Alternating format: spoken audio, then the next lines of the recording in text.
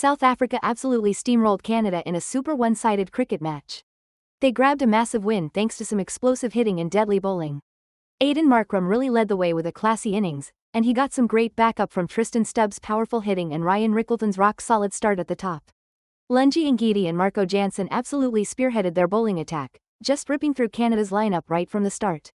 Then Keshav Maharaj came in and spun a web in those middle overs, grabbing some really crucial wickets. The Proteas put up a massive total on the scoreboard, and even though harsh Thaker put up some gritty resistance, Canada just couldn't chase it down. This win really rockets South Africa up the standings, totally cementing their spot as a top-tier team. For Canada, though, this loss really highlights what they need to work on when they face off against elite teams. The whole match played out at a neutral venue under clear skies, and South Africa was just absolutely dominating right from the get-go.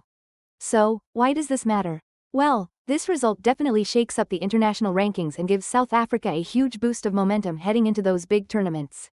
For Canada, it's all about gaining some crucial experience. The official scorecards show South Africa winning by a comfortable margin, with all the individual stats just proving how dominant they were across the board.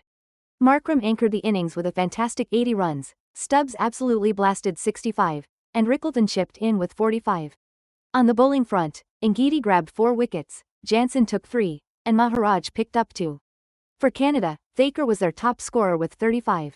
Timeline-wise, South Africa just zoomed to 50 runs in 8 overs, really built some great partnerships, and then totally put the foot down after the 20-over mark.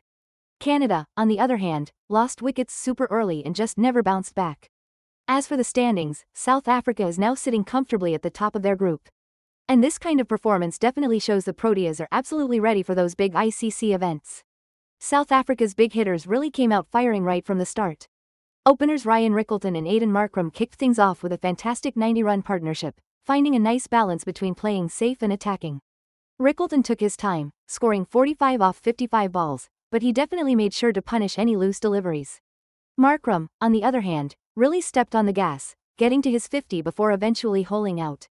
Then Tristan Stubbs absolutely exploded in the middle order, just smashing 65 runs off only 42 balls, and that included 4 massive sixes.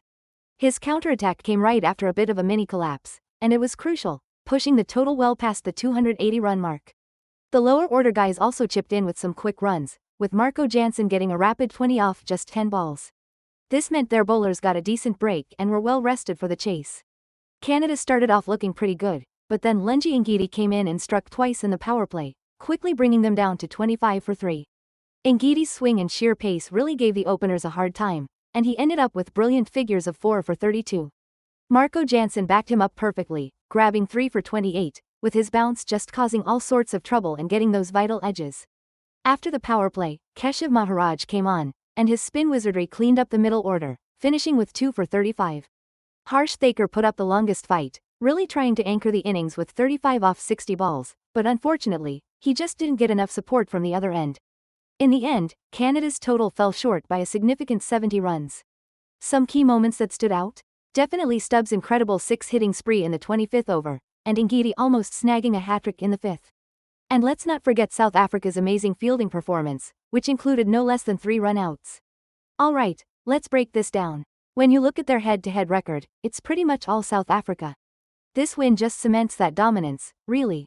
We've seen this pattern play out before, with the Proteas' superior depth just completely overwhelming Canada.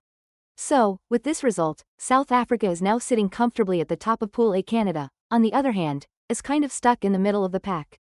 What does this tournament? Well, South Africa's safely into the semifinals. For Canada, it's now a fight to avoid relegation. Okay, let's shine a spotlight on some key players.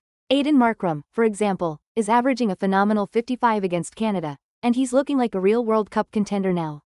Tristan Stubbs? He's really making a name for himself as a T20 specialist. Lungi Ngidi's comeback couldn't have been better timing. And Marco Jansen's all-round skills are just proving absolutely vital. Keshav Maharaj is right at the top of those wicket charts. And Ryan Rickelton? He's really cemented his spot as an opener. Now, for Canada, let's talk about Harsh Thaker. His maturity is really hinting at a future star in the making. Looking at team strategies, they really diverged.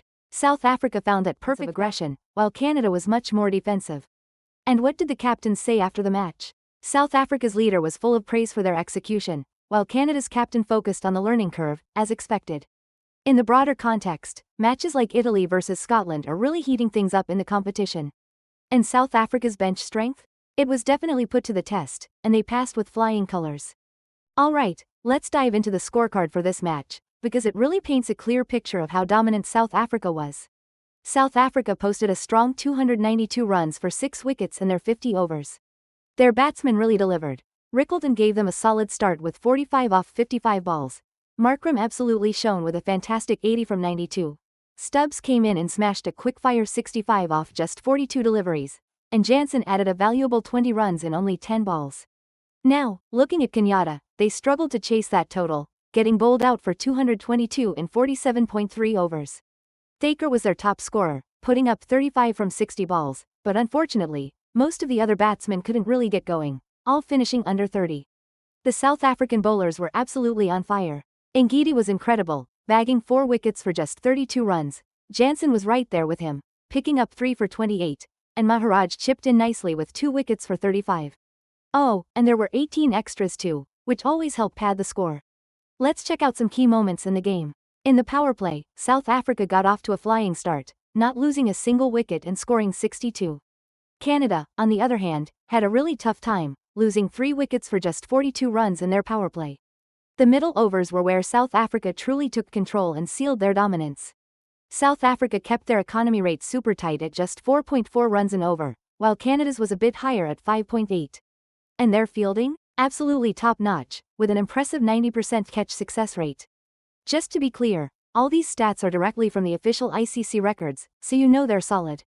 So, with the tournament structure, the group stage leads into the knockouts, and this fantastic win means South Africa has officially secured their spot in the next round. For Canada, though, their upcoming matches are going to be absolutely critical if they want any chance of staying in contention. And a couple of big player milestones to highlight. Markram crossed the 2,000 ODI runs mark, and Ngidi celebrated his 100th ODI wicket. Huge achievements for both of them. All this data just goes to show what a clinical and dominating performance it was from South Africa today. Looking ahead, South Africa's win really puts them in a strong position for the finals, and they're riding high on some serious momentum. Meanwhile, Canada's got some rebuilding to do, especially focusing on getting their batting sorted. You know, even these kinds of mismatches are actually good for global cricket, helping the game expand.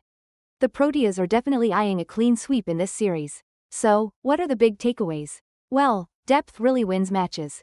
And those standout performers? They're definitely making a strong case for future selections. These solid results really help build their legacy. The South Africa vs Canada series rolls on, with a rematch just around the corner. All of this has big implications for the rankings too, giving the Proteas coefficient a nice boost. As for Canada, their resilience here is definitely building character. At this elite level of cricket, consistency is key, and South Africa has certainly delivered that here.